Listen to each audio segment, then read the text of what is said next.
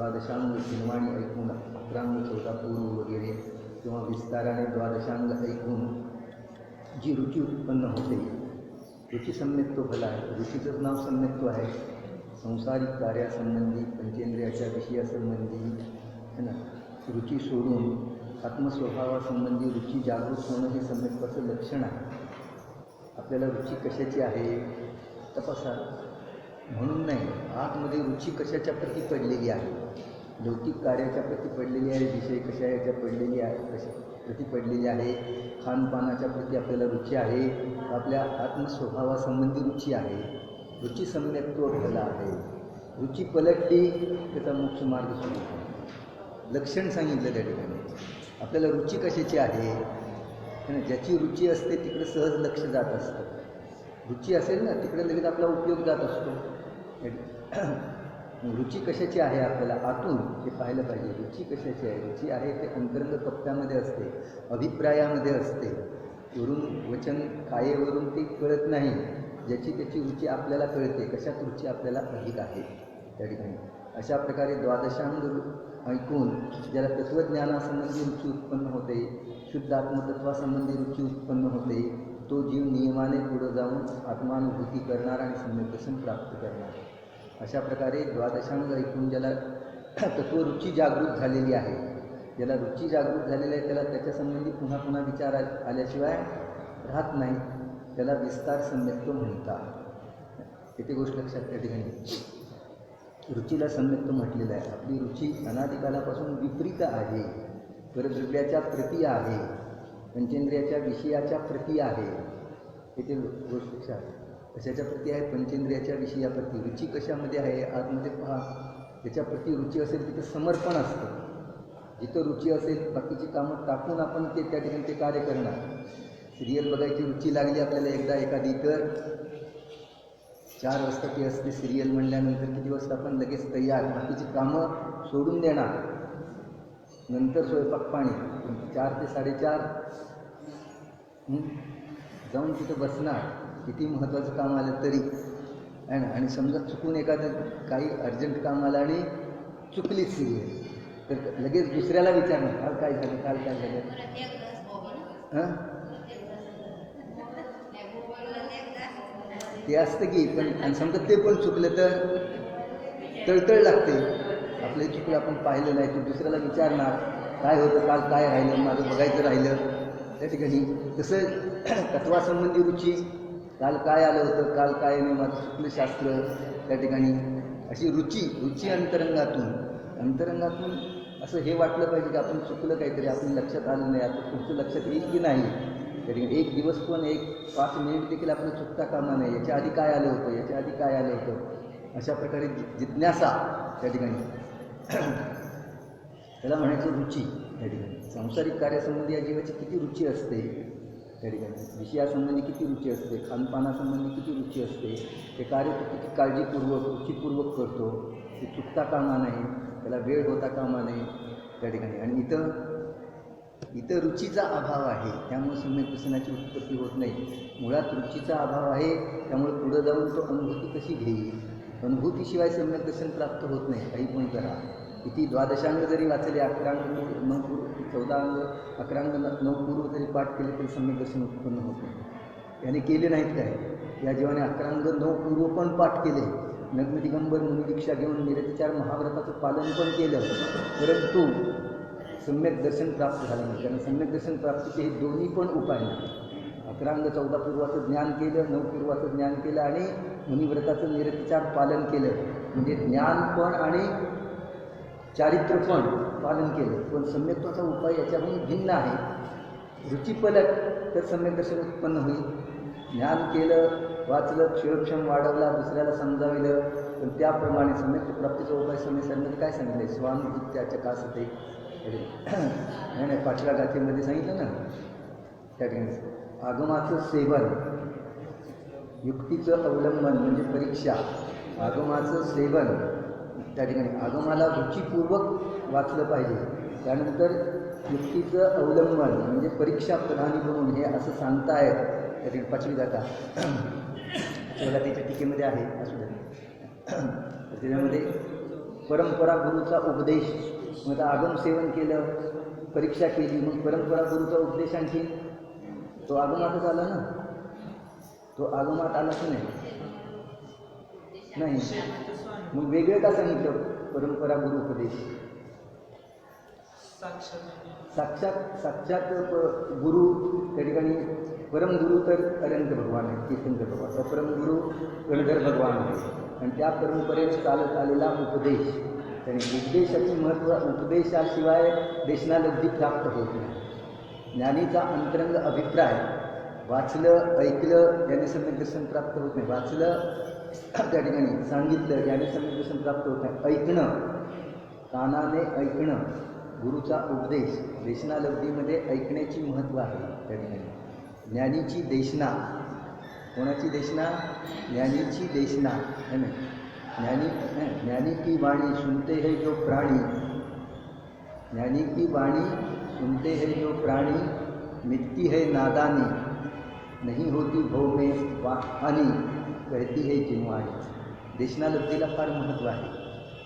इथे गोष्ट लक्षात ऐकणे, त्या ठिकाणी सम्यक दृष्टी, ज्ञानीची वाणी ऐकायला मिळणं म्हणजे देशनालब्धीची प्राप्ती होणं. इथपर्यंत हा जीव आला, करणलब्धीपर्यंत जायचं ना त्या ठिकाणी.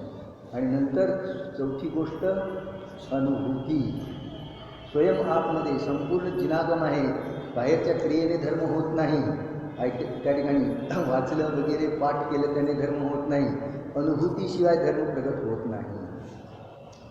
इथे गोष्ट आत्म्याची अनुभूती. देवदर्शन केलं, परंतु देवदर्शन केलं तरी देव, अर्यंत देव, सिद्ध भगवान यांचं दर्शन केलं, त्यांची स्तुती केली. अर्यंत भगवान, सिद्ध भगवान, पंचपरमेष्ठी परतृप्य आहे त्या ठिकाणी. आणि तिथं तर नमस्कार कोणाला केला? नमस्समय साराय, शुद्ध आत्म्याला नमस्कार केला.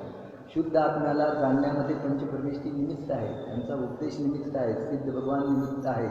अर्यंत भगवंताला नंतर 80व्या गाथेमध्ये आलं ना, जो जाणदी अनंतम दौवत्त गुणत्त पज्जयत्ते हिम सो जाणदी अप्पाणम मोह फलुजादी असलयम. कोणाचा मोह नाहीसा होतो? आत्म्याला जाणतो. सो जाणदी अप्पाणम, हे महत्त्वाचं आहे ना.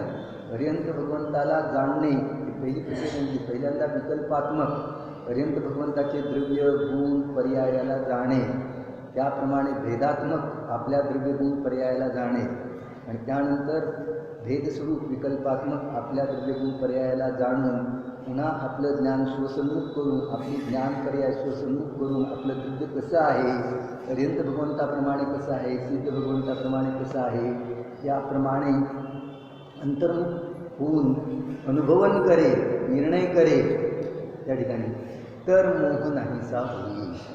पुढची प्रक्रिया करणार नाही तर पुण्यबंध होईल. पंचपरमेष्ठीचं पूजन करेल, अर्यंत भगवंताचं पूजन करेल, सिद्धाचं पूजन करेल, सम्यक दर्शन नाही प्राप्त होणार.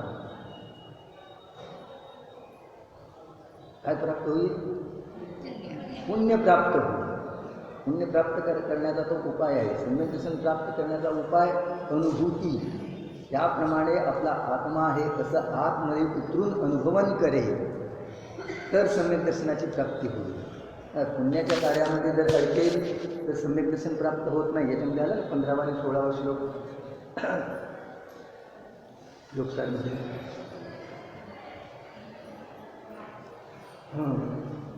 आत्मज्ञान न पुण्याचे कार्य करी जो संसारी, तो शिवसुखना प्राप्त करी फिरे निरंतर संसारी.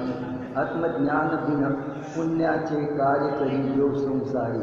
आत्मज्ञानाशिवाय 15वा पुण्याचं कार्य करेल, आत्मज्ञान करण्याचा प्रयत्न करणार नाही, असा संसारी जीव आहे तो काय करतो? शिवसुखाला प्राप्त होत नाही. फिरे निरंतर संसारी. केवळ आत्म्याचे दर्शन मोक्षाचे कारण आहे. प्रतिदिवसाचा शास्त्र स्वाध्याय, प्रतिदिवसाचं देवदर्शन कशासाठी आहे? आत्मदर्शनासाठी आहे. केवळ आत्म्याचे दर्शन मोक्षाचे कारण आहे. हे योगी तू जाणून घे, दुसरा शिवसत्ना आहे. दुसरा मोक्षाचा मार्ग नाही.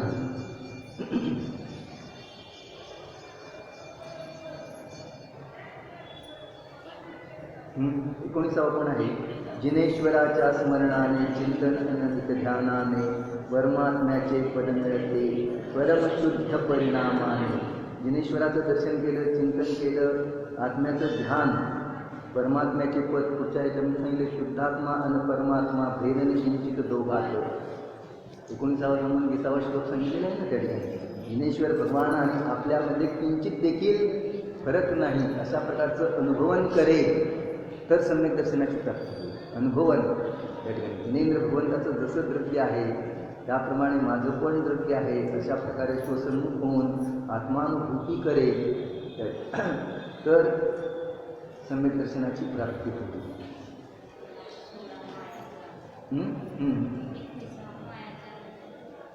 द्वादशांग सुंक रुची होती कहे इसे संकित विस्तार. द्वादशांग जिनवाणी ऐकून जी रुची उत्पन्न होते, रुची लक्षात आलं ना त्या ठिकाणी. आपली रुची पलटली की नाही, थोडी तरी रुची बदलली का नाही. सांसारिक कार्यासंबंधी रुची कमी करून, लौकिक कार्यासंबंधीची रुची कमी करून, संबंधीची रुची कमी करून आपण तत्वासंबंधी रुची वाढवली पाहिजे. तत्वज्ञानासंबंधी रुची, आत्मस्वभावासंबंधी रुची, आत्मस्वभावाला जाणण्याची रुची वाढवली पाहिजे. कोण वाढवणार? ज्याला त्याला वाढवावी लागणार. आपली रुचीचा जोर कोणीकडे आहे तो कमी करावा लागेल. एकदम तर कमी होत नाही, पण रुची कमी, वयामानानुसार रुची कमी कमी करत जाऊन गृहदारस्थीची रुची, व्यापारधंद्याची रुची, लौकिक कार्याची रुची, विवाहादिक कार्यासंबंधीची रुची कमी कमी करत जाऊन आपल्या स्वभावासंबंधीची रुची वाढवत जाईल त्या ठिकाणी. तर त्या ठिकाणी काय होईल? आपली श्रद्धा पलटे. वचन बिना ही किसी अर्थ से हो वह श्रद्धा संकित अर्थ. वचनाशिवाय कुठल्या पदार्थाला वगैरे पाहून, अर्थ पदार्थ वगैरे पाहून त्याच्याद्वारे सम्यक दर्शन की असं सांगितलं होतं, असं त्याचा अवबोध होणं त्या ठिकाणी. त्या पदार्थावरून श्रद्धा पलटणं त्याचं नाव अर्थसम्यक्त्व सांगितलं. द्वादशांग अशा प्रकारे 8 भेद झाले निमित्ताच्या अपेक्षेने. आणि आता हे पुढचे 2 भेद आहेत ते ज्ञानाच्या अपेक्षेने आहेत. द्वादशांग अंग बाह्य ते ज्ञानसहित जानो अवघाड. द्वादशांगाचं ज्ञान, 11 अंग आणि 14 पूर्वाचं ज्ञान, त्याच्यामुळं जे अवघाडपणा आला त्या ठिकाणी, पकड घट्ट झाली की असंच आहे ते अवघाड सम्यक दर्शन झाले. आणि केवल ज्ञान सहित जी रुची, केवल ज्ञान प्रगट झाल्यानंतर जे आपण वाचलं होतं, पूर्वी ऐकलं होतं, जिनवाणीमध्ये वगैरे जे अनुभवन केलं होतं तसंच आहे आता प्रत्यक्ष, असं स्वरूप आहे. अशा प्रकारे प्रत्यक्ष केवल ज्ञानाच्या द्वारे प्रत्यक्ष जाणलं ना, प्रत्यक्ष पाहिलं. पहिलं कसं होतं? मतिशुद्ध ज्ञानाच्या द्वारे परोक्ष जाणलं होतं. विदेह क्षेत्र आहे, मेरू पर्वत आहे, हे कसं जाणलं होतं आपण? शास्त्रात वाचून वगैरे, किंवा त्या ठिकाणी स्वर्गात जरी गेला तरी त्या ठिकाणी परोक्ष ज्ञानाचं, म्हणजे त्या ठिकाणी मतिशुद्ध ज्ञानाच्या द्वारे जाणलं होतं. परंतु प्रत्यक्ष केवल ज्ञान झाल्यानंतर हे सगळे द्वीप, समुद्र वगैरे सगळं प्रत्यक्ष जाणलं ना, असंच आहे. त्याप्रमाणे आत्म्याचं स्वरूप पण असा आत्मा आहे असं प्रत्यक्ष जाणल्यानंतर केवल ज्ञानाच्या द्वारे आत्मा पाहिला, जाणला आणि सम्यक दर्शन कसं झालं? परम अवघाड झालं. असे सम्यक्त्वाचे 10 भेद केलेले आहेत. हे भव्य तू द्वादशांग रूपवाणी को सुनकर होने वाली रुचि को विस्तार सम्यक्त्व जान. द्वादशांग वाणी ऐकून होणारं जे सम्यक्त्व आहे त्याच्याद्वारे उत्पन्न होणारी जी रुची आहे त्याला विस्तार सम्यक्त्व जान. ऐसी रुचि वाले जीव को विस्तार सम्यक दृष्टि कहते हैं. जैन शास्त्रों के वचनों के बिना किसी अर्थ के जैन शास्त्रों के वचनों के बिना किसी अर्थ के निमित्त से होने वाली दृष्टि अर्थ दृष्टि है. इसे ही अर्थ सम्यक्त्व जान. वचनाशिवाय अर्थदृष्टी, पदार्थ वगैरे पाहून, पदार्थाकडे पाहून, इतर मुख्य प्रकारे पदार्थाकडे पाहून अर्थ. पण त्याने वचनाने ऐकलेलेच आहे ना. कोणत्याही सम्यक्त्वामध्ये काही सगळे सम्यक्त्व आहे की वचन ऐकलेलं असलंच पाहिजे ना. पूर्वी भले या भावात नाही ऐकलेलं, पण पूर्वीच्या भावात ऐकलेलं आहे. आत्ता पूर्वी ऐकलेलं असेल पण असा पदार्थ त्याच्याद्वारे त्या ठिकाणी संस्कार जागृत झाले, अर्थ पाहून, पदार्थ पाहून, हां मानस्तंभ पाहून, जसं बरोबर आहे त्या ठिकाणी की जसं त्या ठिकाणी गौतम स्वामींना मानस्तंभ पाहिला आणि त्या ठिकाणी त्यांचा मान गलित झाला. मानस्तंभ पाहिल्याबरोबर त्यांना माहीत पण नव्हतं 6 द्रव्य 7 तत्व विचारले काय आहे, भूत वर्तमान भविष्यकाळ काय आहे ते काही माहीत नव्हतं त्यांना विचारले प्रश्न त्यांना उत्तर देता आलं नाही. चल तुझ्या गुरुकडेच जाऊ आपण त्या ठिकाणी. आणि मग सगळ्या शिष्य समुदायासहित ते त्या ठिकाणी गेले. मानस्तंभ पाहिल्याबरोबर अंतरंगामध्ये परिणामामध्ये जागृती झाली ते अंतरंग परिणामामुळे झालेली आहे. त्यावेळेला निमित्त कोण होतं, त्यांचं लक्ष मानस्तंभाला पाहून त्याने आतमध्ये विचार केला. तसं एखाद्या वस्तूला पाहून आतमध्ये विचार केला त्या ठिकाणी, हे चित्र पाहिलं त्या ठिकाणी, मग त्याला एकदम संस्कार जागृत झाले की असं आहे, हे संसाराचं स्वरूप असं आहे. त्याने विचार आतमध्ये उतरला आणि विचार करून मग सम्यक्त्व प्राप्त होतं. ते स्वच्या आश्रयाने प्राप्त होतं, पराच्या आश्रयाने प्राप्त होतं. त्यावेळेला त्या विचाराला दिशा देण्यामध्ये कोण निमित्त होतं, त्याच्यावर निमित्त पण आता आरोप आला. असा विचार त्याच्यामुळे काय पाहिल्याने आला, काय ऐकल्याने आला, कशामुळे आला, ते त्याला कारण पडलं, त्याच्यावर आरोप आला ना त्या ठिकाणी त्या विचाराला. परद्रव्यामुळे सम्यक्त्व प्राप्त झालं नाही, स्वमुळं नरकामध्ये गेला, तिथं वेदना वगैरे, दुःख,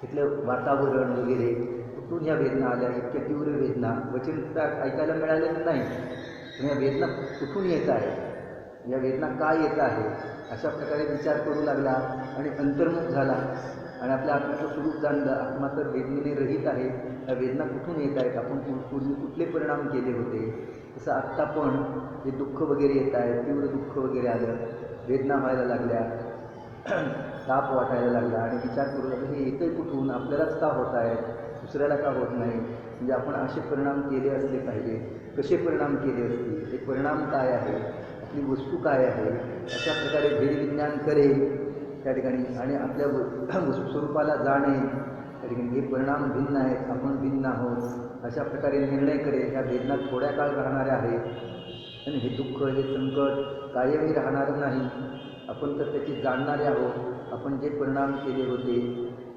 त्याचं हे फळ उदयास आलेलं आहे. अशा प्रकारे त्याला भिन्न जाणे आणि आपल्या ज्ञान स्वभावाचा आश्रय करेल तर समज दर्शन उत्पन्न होईल. सगळ्याच्या जीवनामध्ये येतच असतात ना ह्या घटना, तर त्याच्याद्वारे अंतर्मुख होऊन विचार करणं आवश्यक आहे, वस्तुस्वरूपाचा विचार करणं आवश्यक आहे. म्हणून त्याला अर्थसम्यक दृष्टी म्हणतात. अर्थसम्यक जानना चाहिए. अंग और अंग बाह्य सहित जैन शास्त्रों में अवगाहन करने से उत्पन्न होने वाली दृष्टि अवगाढ़ दृष्टि है. अंग आणि अंग बाह्य 11 14 पूर्व सहित जैन शास्त्रामध्ये अवगाहन करणं, त्याच्याद्वारे उत्पन्न होणारी जी दृष्टी ती अवगाढ़ दृढ दृष्टी बनते, त्याला म्हणतात अवगाढ़ दृष्टी. इसी को अवगाढ़ सम्यक्त्व जानना चाहिए. त्याला अवगाढ़ सम्यक्त्व म्हटलं जातं. केवल ज्ञान द्वारा जाने गए पदार्थों का श्रद्धान परम अवगाढ़ दृष्टि के नाम से प्रसिद्ध है. आणि केवल ज्ञानाच्याद्वारे तर प्रत्यक्ष जाणलं असंच आहे, असं श्रद्धान पण ते अवगाढ़, असं श्रद्धान तर होतं ना, त्याशिवाय केवल ज्ञान झालं का, पण ते श्रद्धान कसं झालं, परम अवगाढ़. इसी को परम अवगाढ़ सम्यक्त्व जानना चाहिए. त्याला परम अवगाढ़ सम्यक्त्व म्हटलं गेलं. असं कोणाकडून आपण ऐकलं, मेरू पर्वत वगैरे आता आपण वाचलं आणि नंतर हा जीव स्वर्गामध्ये गेला आणि तिथून तो मेरू पर्वतावर दर्शनाला गेला, तिथं मेरू पर्वत पाहिला आणि आपण जसं त्रिलोकसारमध्ये अभ्यास केला हा तसाच आहे. मग त्याची श्रद्धा काय झाली, प्रत्यक्ष पाहिला ना त्या ठिकाणी दृढ झाली एकदम. हां, असं जसा मेरू पर्वत आहे तसेच या ठिकाणी सगळे द्वीप समुद्र वगैरे आहेत. अशा प्रकारे सूर्य चंद्र तारका वगैरे त्या ठिकाणी अशा आहेत. अशा प्रकारे श्रद्धा त्याची दृढ झाली. आत्ताच श्रद्धा आहे पण ती कशी ऐकून वाचून वगैरे. जिनेंद्र भगवान आहेत ते अन्यथावादी नाही आणि सत्यच सांगितलेलं आहे, त्याच्या विपरीत असू शकत नाही असं श्रद्धा आहे का नाही. आत्ता असं श्रद्धा जिनेंद्र भगवान सांगताय सूर्यचंद्रावर, सूर्यावर गेला, चंद्रावर गेला, मंगळावर गेला गेला असेल काय, जाऊ शकत नाही. आले लक्षात. ते कुठंतरी दुसरीकडे म्हणणं आणि भूलभुलैया सगळं आजचं विज्ञान आहे ना बघा त्या ठिकाणी दुःखाच्या खाईत लोटणारं आहे. त्याचा दुरुपयोग चाललेला आहे ना त्या ठिकाणी. त्याच्याद्वारे सुख नाही, आकुलता आहे. आकुलता कशाचं लक्षण आहे? दुःखाचं लक्षण आहे. त्याच्याद्वारे सुख मिळेल पण त्याच्याद्वारे आकुलता आहे. आकुलता हे दुःखाचं लक्षण आहे. आजचं सगळं विज्ञान आहे ते आकुलता उत्पन्न करणारं असल्याकारणाने पाश्चात्य विज्ञान त्यांना न आत्म्याचा गंध आहे न तत्वाचा गंध आहे आणि ते जी विद्या सांगतात त्या विद्येवर आपण विश्वास ठेवायला तयार आहोत. बाहेरची साधनसामुग्री, भौतिक साधनसामुग्री सगळी आकुलता वाढविणारी आहे, शांती नष्ट करविणारी आहे. तरीसुद्धा आपल्याला ते बरं वाटते, कारण अनादिकालापासून शरीर आणि इंद्रियामध्ये एकत्व बुद्धी आहे. मग जे शरीराला सुखकारक, इंद्रियांना सुखकारक, ते आपल्याला सुखकारक, की त्याची बुद्धी सुटायला कुठं तयार आहे. मोबाईल असलाच पाहिजे, त्याशिवाय कसं. आकुलता थोडा बिघडला वगैरे काय झालं ऐकू येत नाही नुसतं म्हटलं तर लगेच आकुलता किती. बंद पडला म्हटलं तर आकुलता किती. पुन्हा फोन आला, शास्त्र करत स्वाध्याय करत असताना फोन आला, जेवताना फोन आला आणि त्यावेळेला किती आकुलता. हे सगळे दुःख वाढविणार आहेत. आकुलता आणि त्याच्याद्वारे धर्म कसा प्राप्त होणार आहे. आणि आकुलता पेरत आकुलतेचे बीज पेरत हा सुखी बनणार याची मान्यता तर महामिथ्या आहे. हा निराकुल बनणार. आकुलतेच्याद्वारे निराकुलता कशी प्राप्त होईल. निराकुलतेचे बीज पेरेल तर तो निराकुल प्राप्त होईल. निराकुल बनवणारं तत्त्वज्ञान अलग आहे, ते स्वाधीन आहे, स्वतंत्र आहे. आणि हे पाश्चात्य तत्त्वज्ञान सगळं पराधीन करणारं आहे. लक्षात घ्या, पराधीन करणारं आहे. ते दुःखाचं कारण आहे, परंतु त्याची दृष्टी शरीर आणि इंद्रियावर असल्या कारणाने ते आपल्याला तो सुखाचं कारण मानून बसलेलं आहे. हा सुख आहे, हे कसं, याच्याशिवाय कसं या ठिकाणी ते पाहिजेच या ठिकाणी. याच्याद्वारे आम्ही धार्मिक हे ऐकतो, काय ऐकतो, तरीसुद्धा त्याच्यामध्ये आकुलता आहे, स्वाधीनता नाही. ठीक आहे, प्रमाणामध्ये त्याचा उपयोग करेल, तो पण राग आहे. राग आहे तो आकुलतेचं कारण आहे. राग मिटवण्याची श्रद्धा ठेवून, राग मिटवण्याची दृष्टी ठेवून त्या ठिकाणी देवशास्त्र गुरु वगैरे व स्वाध्याय वगैरे याचं अवलंबन करेल तर तो व्यवहाराने धर्म झाला. देवशास्त्र गुरुसुद्धा आलं लक्षामध्ये, तीर्थयात्रा, जप, तप, स्वाध्याय हे सुद्धा राग मिटवण्याची दृष्टी ठेवून. इथे ना गोष्ट लक्षात त्या ठिकाणी, कारण जिनेंद्र भगवंतांचा मूळ उद्देश तो आहे ना.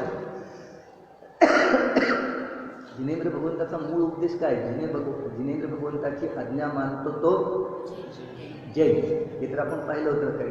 जिनेंद्र भगवंताने काय केलेलं आहे आणि त्यांची आज्ञा काय आहे? जिनेंद्र भगवंताने अज्ञान आणि रागाचा अभाव केलेला आहे. सर्वज्ञ आणि वितरागी बनलेले आहेत, म्हणजे अज्ञानाचा आणि रागाचा अभाव केलेला आहे. मग आपल्याला हे सगळं कशासाठी करायचं आहे?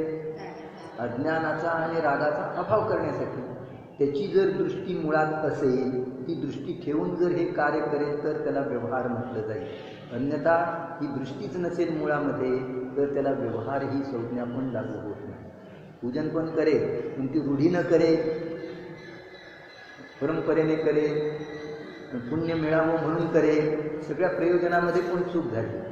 अज्ञान आणि राग नष्ट करण्यासाठी सगळं पूजेमध्ये ते म्हणतो पण आहे. कारण मी पुण्य कमावण्यासाठी मी आलो नाही हे भगवान, हे तरीसुद्धा जे पुण्य मिळतं आहे ते पुण्य मला नको आहे. हे पुण्य देखील तुझ्या या केवळ ज्ञानरूपी वल्लीमध्ये स्वहा नको मला ते पुण्य. पुण्यम समग्र म्हणून एक मना जिहोमी. हे पुण्य देखील मी सगळं तुला समर्पित करतो. हे पुण्य घेऊन जाण्यासाठी मी आलेलो नाही, मी तुझ्यासारखा बनण्यासाठी आलेलो आहे. अज्ञान नष्ट करण्यासाठी आलेलो आहे, वीतरागता प्रकट करण्यासाठी आलेलो आहे, राग नष्ट करण्यासाठी आलेलो आहे. यद्यपि पूजेचा राग येतो आहे पण हा राग ध्येय बुद्धिपूर्वक आहे. हा राग करण्यायोग्य नाही. मला तर प्राप्त वीतरागता प्रकट करायची आहे, सर्वज्ञता प्रकट करायची आहे. अशी दृष्टीपूर्वक पूजन केलं पाहिजे. नाहीतर आपण करतो ते रूढीपूर्वक करतो. रूढी आहे, रोज पूजन केलं पाहिजे, रोज पूजा करायची, श्रावकाची कर्तव्य आहे. त्या ठिकाणी शास्त्रात सांगितलं आहे म्हणून आधार है ना. मुखमार्ग प्रकाशनमध्ये आलं ना त्या ठिकाणी, अज्ञानी जे कार्य करतो तो त्याचा आधार परद्रव्य असतं. नरकाधिकाच्या भयाने आणि स्वर्गाधिकाच्या लोभाने, असं आलं ना शब्द. नाही, भय आशा स्नेह लोभाश्च. भय, आशा, स्नेह, लोभ वगैरे याच्याद्वारे तो करतो, किंवा स्वर्गाधिकाच्या लोभाने आणि नरकाधिकाच्या भयाने पूजन अर्चन केलं पाहिजे, शास्त्रस्वाध्याय केला पाहिजे, दयादानादिक केले पाहिजे. हे केलं तर काय होईल, आपण स्वर्गाला जाऊ, आणि हे नाही केलं तर आपण नरकाला जाऊ. म्हणजे नरकाच्या भयाने आणि स्वर्गाच्या लोभाने दोन्हीही कशाय आहेत. भय पण कशाय आहे, लोभ पण कशाय आहे. तुला कशाय भावच मिटला नाही, तू जिनेंद्र भगवंताच्या जवळ येऊन काय केलं. जिनेंद्र भगवान कशाय रहित आहे आणि सर्व प्रकारचे कशाय नष्ट केलेले आहेत. मला पण सर्व कशाय भाव नाहीसे करायचे आहेत. 4 कशाय, क्रोध, मान, माया, लोभ, 4 संज्ञा, आहार, भय, मैथुन, परिग्रह, या त्यांनी नष्ट केलेले आहेत. भावना तर करा जिनेंद्र भगवंताच्या पुढं बसून, हे भगवान, त्या ठिकाणी हे त्रिलोकीनाथ, 3 लोकरूपी पहाडाच्या शिखराचे शिखामणी, आपण 4 कशाय भावांचा पूर्णतः नाश केलेले आहात, वितरागता प्रगट केलेले आहात, 4 संज्ञांचा अभाव केलेले आहात, आहार, भय, मैथुन, परिग्रह. आणि त्यामुळं काय झालं, अनंत चतुष्टयाची आपल्याला प्राप्ती झालेली आहे. अनंत दर्शन, अनंत ज्ञान, अनंत सुख, अनंत वीर्य. मला पण अनंत दर्शन, अनंत ज्ञान, अनंत सुख, अनंत वीर्याची प्राप्ती हो. भावना करा, मागायचे तर हे मागा, 4 कशाय आणि 4 संज्ञा नष्ट हो. कारण हे दोष आहे, त्या विकृती आहे, आणि हेच दुःखाचं कारण आहे. दुसरं दुःखाचं कारण बाहेर कुठं आहे. बाहेर दुःखाचं कारण नाही, शरीर नीट नाही, पैसा नाही, खायला नाही, अमुक आहे तमुक आहे म्हणून मी दुःखी आहे. हे दुःखाचं कारण बाहेर नाही. दुःखाचं कारण हे 4 कशाय भाव आणि ह्या 4 संज्ञाच दुःखाचं कारण आहे. हे जाणून हे 4 कशाय 4 संज्ञा दूर करा. दूर करण्याचे भाव तरी करा. भावना दूर होत नाहीत. भाव करायला काय बिघडतं की हे 4 कशाय 4 संज्ञा हेही आहे, दुःखाचं कारण आहे, हे मला नको. त्या ठिकाणी हे दूर कसे होतील याचा उपाय मला सांगा. आणि 4 अनंत चतुष्टयाची प्राप्ती 79वा श्लोक आहे त्याच्यामध्ये पण आलेलं आहे. 4 कशाय 4 हां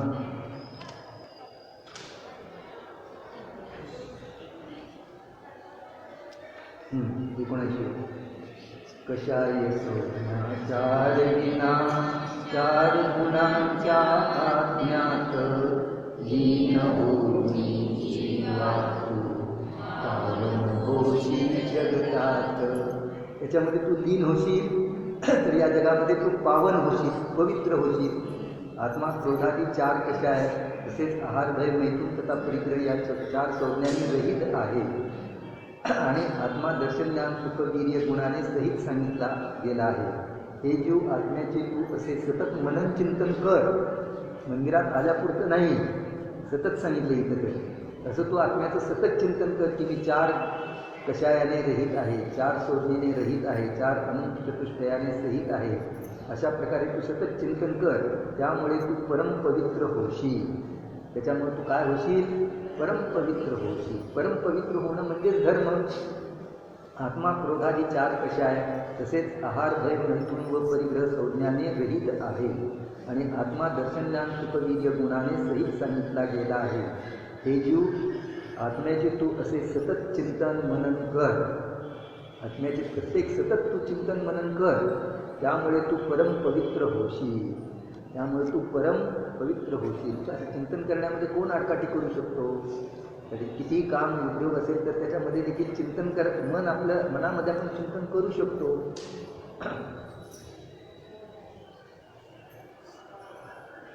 यहाँ सम्यक प्रति 10 भेद कहे हैं जो श्रद्धा विकराग के वचनों से उत्पन्न हो वह अज्ञा सम्यक प्रति 10 भेद सांगितले. जे सम्यक ते जे श्रद्धा वितरागतेच्या वचनाने उत्पन्न होतं, वितरागीच्या वचनाने, पंचपरमेश्वरीच्या वचनाने उत्पन्न होतं ते अज्ञासम्यक्त्व. जो मोक्ष मार्ग ही के श्रद्धांचे उत्पन्न हो व मार्ग सम्यक्त्व, जे मुनींचं आचरण, श्रावकाचं आचरण वगैरेच्या द्वारे मार्ग कसा आहे, समर निर्जरात्मक आहे, सम्यक दर्शन ज्ञान चारित्रात्मक आहे. मोक्ष मार्ग आहे तो पुण्याच्या द्वारे प्राप्त होणारा नाही, तर सम्यक दर्शन ज्ञान चारित्र्याच्या द्वारे प्राप्त होणार आहे. रागाच्या द्वारे हा मार्ग प्राप्त होणारा नाही, वितरागतेच्या द्वारे हा मार्ग प्राप्त होणार आहे. श्रद्धा, ज्ञान आणि चारित्र्य या गुणांच्याद्वारे हा मार्ग प्राप्त होणार आहे. म्हणून त्याला मार्ग समजतो. मार्गाची निश्चिती करा. हा मार्ग कसा आहे? उत्तम पुरुषों के पुराण आदि सुनने से उत्पन्न होने वाला श्रद्धा उपदेश सम्यक्त्व है. उत्तम पुरुषांचं पुराण वगैरे ऐकलं असताना उत्पन्न होणारे जे श्रद्धा, त्याच्याद्वारे उपदेश सम्यक्त्व तिसरं घडतं. मुनियों के आचरण सुनने से उत्पन्न होने वाला श्रद्धा सूत्र सम्यक्त्व है. मुनींचं आचरण त्याच्यामध्ये कथन केलेलं आहे ते ऐकणं, असे सूत्र वगैरे ऐकून जे श्रद्धान उत्पन्न होतं त्याला सूत्र सम्यक्त्व म्हणतात. बीज गणित आदि के द्वारा कर्णाम योग के निमित्त से होने वाला श्रद्धा बीज सम्यक्त्व है. कर्णाम योगाचे शास्त्र वगैरे वाचले असताना दूरित अंतरित वगैरे भूतकालीन वगैरे पदार्थ त्यांचं वर्णन ऐकून काय होतं, अशा प्रकारे वस्तुस्वरूप आहे, अशा प्रकारे हे विश्व काय आहे, विश्वाची कार्यकारण व्यवस्था काय आहे ही जाणली जाते. आणि त्याच्याद्वारे जे सम्यक्त्व उत्पन्न होतं त्याला बीज सम्यक्त्व म्हटलं गेलं. ते सूक्ष्म आहे. आलं लक्षात? संक्षेप रूप से पदार्थों का स्वरूप सुनकर होने वाला श्रद्धा संक्षेप सम्यक्त्व है. थोडक्यात सांगून जे सम्यक श्रद्धा उत्पन्न होते ही तो आत्मा आहे, ज्ञानानंद स्वरूपी आहे, शरीर तू नाही, एवढंसं सांगितलं तरी तो विचार करतो आणि सम्यक दर्शन प्राप्त करतो. समस्त दुनिया भिन्न आहे आणि मी ज्ञानानंद स्वरूपी चैतन्य ज्योती भिन्न आहे. अशा प्रकारे आतमध्ये उतरून बाकीचं ज्ञान काही नाही, त्याला नमोकार मंत्रसुद्धा म्हणता येत नाही, परंतु एवढंसं ऐकून शरीर मी नाही, जर शरीर मी नाही तर बाह्य कुठलेही पदार्थ माझे होऊ शकत नाही, त्याचं कार्य मी करू शकत नाही, मी त्याचा करता नाही, भोगता नाही, ते मला सुखदुःखाचं कारण नाही.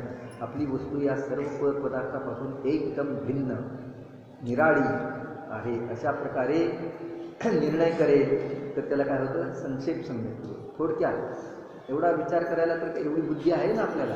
हिऱ्यांची जीवाला सम्यक्त्व उत्पन्न होतं, मग आपल्याला का होणार नाही? आत्मस्वरूपाचा विचार करेल, तत्वाचा विचार करेल, त्या जीवाला निश्चित सम्यक दर्शन उत्पन्न होतं. द्वादशांग को सुनकर होने वाला श्रद्धा विस्तार सम्यक्त्व है. द्वादशांग वाडी ऐकून विस्ताराने वगैरे जे सम्यक दर्शन उत्पन्न होतं ते विस्तार सम्यक दर्शन आहे. किसी दृष्टांत आदि रूप पदार्थ से होने वाला श्रद्धा अर्थ सम्यक्त्व है. कुठले दृष्टांत वगैरे ज्याद्वारे अर्थ पदार्थाचं होणारं श्रद्धा त्याला काय म्हटलं जातं, अर्थ सम्यक्त्व. श्रुत केवली को होने वाला श्रद्धा परम अवघाट सम्यक्त्व है. और केवली को होने वाला श्रद्धा परम अवघाट सम्यक्त्व है. याठिकाणी प्रत्येक याच्यामध्ये श्रद्धा हा शब्द आलेला. श्रद्धा म्हणजे मान्यता, अभिनिवेश. आपली मान्यता काय आहे ते आपल्याला समजते. हे शरीर म्हणजे मी आहे, शरीर सुखी तर मी सुखी, अशी ज्याची मान्यता आहे तो बहिरात्मा आहे, मूढ आहे, अज्ञानी आहे, मिथ्यादृष्टी आहे. आपल्याला अज्ञानी मिथ्यादृष्टी म्हटलं तर वाईट वाटेल ना. पण शरीर मी आहे एवढा पण आपण निर्णय केला नाही. इतक्या दिवसात जैन कुलात उत्पन्न होऊन, तीर्थंकर भगवंताच्या कुलात उत्पन्न होऊन है ना, हे सगळे संयोग भिन्न आहेत आणि मी भिन्न आहे एवढा तरी निर्णय करा. संयोग सोडण्याची गोष्ट नाही, घाबरण्याचं कारण नाही. तर मला सगळे संयोग सोडायला लावतात काय, त्या ठिकाणी घरदार सोडायला लावतात. संयोग आहेत पण ते माझे नाही, माझं स्वरूप नाही, हे मला सुखाचं कारण नाही, हा तर निर्णय कर. आहेत तुझ्या पुण्याच्या उदयाने आलेल्या येऊ देत, पण याच्यामध्ये मला सुख मिळणारं नाही. पर पदार्थाच्याद्वारे कोणालाही सुख मिळालं नाही, मिळत नाही, मिळणार पण नाही. पर पदार्थाकडं केवळ दृष्टी गेली तरी दुःख आहे. जिनवाणी सांगते आहे, पर पदार्थ दुःखाचं कारण नाही, पर पदार्थाची दृष्टी, संयोगी दृष्टी दुःखाचं कारण आहे. एवढं एक वाक्य. पर पदार्थ दुःखाचं कारण नाही, त्याप्रमाणे पर पदार्थ सुखाचं पण कारण नाही. आणि आपण मानतो काय, पर पदार्थ हे आले, हे प्राप्त झालं, ते प्राप्त झालं, माझ्याकडे हे नवीन आलं, कोणाकडे नाही, मी सुखी आहे. ही मान्यता मूर्खपणाची आहे. येथे गोष्ट लक्षात. पर पदार्थ सुखदुःखाचं कारण नाही. पर पदार्थ आपण आणल्याने रक्षण केल्याने येत नाही, रक्षित होत नाही, ते त्याच्या कारणाने येत आहे. त्याच्यामध्ये पुण्य पापाचा उदय निमित्त कारण आहे, त्याच्यामध्ये आत्ता वर्तमान पुरुषार्थ कारण नाही. अशा प्रकारे निर्णय करून पर पदार्थाच्याद्वारे सुखदुःख नाही, पण पर पदार्थाची जी दृष्टी आहे, पर पदार्थाकडचं जे लक्ष आहे ते मात्र दुःखाचं कारण आहे. आणि स्वकडचं जे लक्ष आहे ते सुखाचं कारण आहे. एकच पर पदार्थाची दृष्टी दुःखाचं कारण. आणि स्वची दृष्टी सुखाचं कारण. तो सम्यक दृष्टी. सम्यक दृष्टी म्हणजे काय? तर स्वतःमध्ये शांती शोधणारा सम्यक दृष्टी, परामध्ये शांती शोधणारा मिथ्या दृष्टी, परामध्ये सुख शोधणारा मिथ्या दृष्टी, स्वमध्ये सुख शोधणारा सम्यक दृष्टी, परामध्ये अपनत्व करणारा मिथ्या दृष्टी आणि स्वमध्ये अपनत्व करणारा सम्यक दृष्टी. शरीराधिक परद्रव्याला आपलं मानणारा, आपले आहेत का मग त्याला आपलं मानलं तर मिथ्या दृष्टी. असं किती सोप्या व्याख्या आहे. आणि स्वला आपलं मानणारा सम्यक दृष्टी. मग परामधलं अपनत्व सोडा, परामध्ये सुख मानण्याची बुद्धी सोडा, परद्रव्याला सोडा असं नाही सांगितलं. हा घाबरून जातो, मला परद्रव्य सोडावं लागेल काय, घर सोडावं लागेल काय, धनसंपत्ती. तुला परद्रव्य सोडायला सांगत नाही. परद्रव्याची दृष्टी सोड. परद्रव्यामध्ये सुख नाही याचा निर्णय कर. किती परद्रव्य तुझ्याजवळ आलं, संपूर्ण दुनिया आली सिकंदर बादशाहजवळ, तर तो सुखी बनला का? उदाहरण आहेत ना, चक्रवर्ती त्या ठिकाणी. मग भरत चक्रवर्ती घर 6 खंडाची पृथ्वी सोडून का गेले? त्या ठिकाणी विचार कर, त्या कथा वगैरे ऐकून. जर त्याच्यामध्ये सुख असतं तर त्याने का सोडलं? विचार कर त्या ठिकाणी. तो आयुष्यभर हे कमवण्यामध्ये घालवतोय. तो सुखी होण्याचा उपाय केव्हा जाणणार? त्याच्यामध्ये सगळं आयुष्य गेलं तर. आधीच काळ थोडा, व्याप अधिक आहे ना त्या ठिकाणी. आणखीन कषाय भाव अधिक तीव्र त्या ठिकाणी. तर तू आपल्या आत्मस्वभावाचा निर्णय कर. सुख कशात आहे याचा निर्णय कर. इथे गोष्ट लक्षात त्या ठिकाणी. या जीवाला दुःख हेय आहे आणि सुख उपादेय आहे. दुःखाला दूर करणं आणि सुखाला प्राप्त करणं याचं नाव धर्म आहे. ओम नमः